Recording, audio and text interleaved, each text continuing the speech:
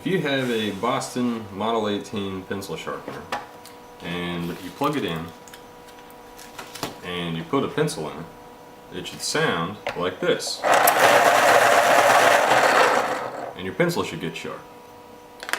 Now if that's not what's happening, more than likely the problem is the big gear in here that has probably broken. So the original gears that came in there seem like they were made out of nylon and it just doesn't hold up. Not like the rest of the machine. It's too bad. So, how do we find out? What are we going to do about it? Let's start with unplugging the pencil sharpener. Very important. And then before you flip it over, remove the drawer with the pencil shavings so you don't make a mess. Then flip it over. You'll find some screws on the bottom here. There should be 3 of them. You're going to want to remove those. And go ahead and start loosening each one before you remove any of them. Okay, and so I started loosening them. Now I'll just pull those right out, right loose. Okay, and then lift off the whole bottom tray.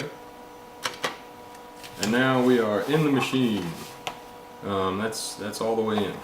So we'll free the little strain release here from its clip and lift the whole thing out. A little bit of jiggling, maybe. And now what you got here is the blades, the motor, and the gears. So we're interested in the gear. This is one of my replacement gears that I sell on eBay and Etsy. The superior replacement gear for Boston Model 18 pencil sharpeners. Yours will be kind of a beige color, kind of like this color here. And it will probably be broken. It might even be in pieces. That happens sometimes. So if that's the case and you got to get in there and remove it, what you're going to want to do is remove these 2 bolts, and you do that by just popping the fitting out of your screwdriver, or you could use a wrench or a socket or whatever. And again, you want to start loosening each one before you remove either, and once you've got them both loosened, go ahead and turn them all the way out.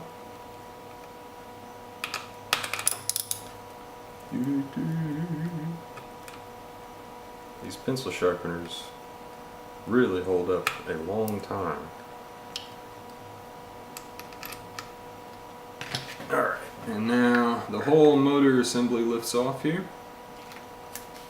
Okay, and then the small gear along with this kind of bushing thing, which is part of the motor, lifts off as well. There's nothing holding that in. And now you're to the gear, and on the original gears it'll probably just come right off by the time you're in there looking at it. On the replacements it's a pretty snug fitting, so I'm going to have to do a little prying, but again, yours will just probably pop off. So we got the old gear out of there, and then if you have a replacement gear, which again you can find on eBay or Etsy, you just grab one of those and get them into place. So this is going to be, again, a little bit of a snug fit, so it goes on easy at first, and then you're going to want to use 2 thumbs and put your fingers on the black plastic there and just push that into place. A little bit of a click and it should be nice and snug. Okay. And then you're going to go ahead and put this small gear back in. And if you look real closely in there, you can see that the small gear actually almost rides on the top of this gear, but it doesn't. So just very close. And again, if you look underneath the gear down there, you can see that the gear material almost touches the black plastic part, but it doesn't. Again, so that's how it's supposed to look. And then we'll go ahead and put the motor assembly back on here. And the black plastic has some little nubs that fit up into the metal piece here. So you want to make sure you get those lined up and popped in on both sides. Okay.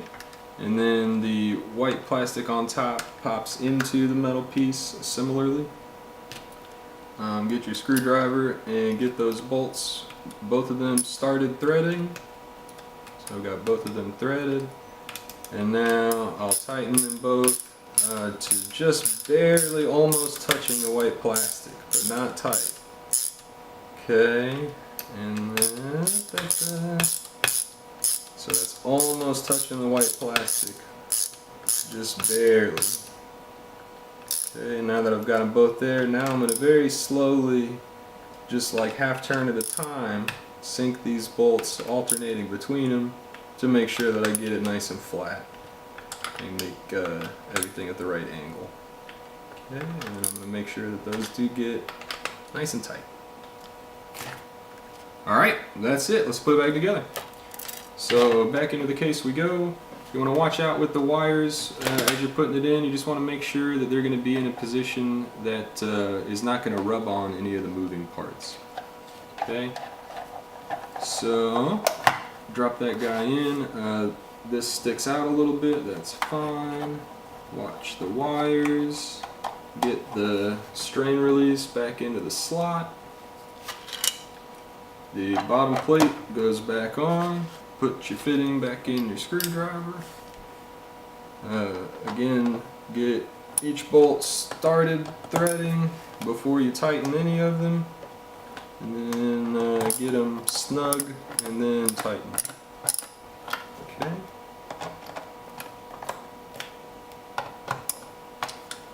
Next, you flip it over. Put the drawer back in. Plug it in. And put a pincer on.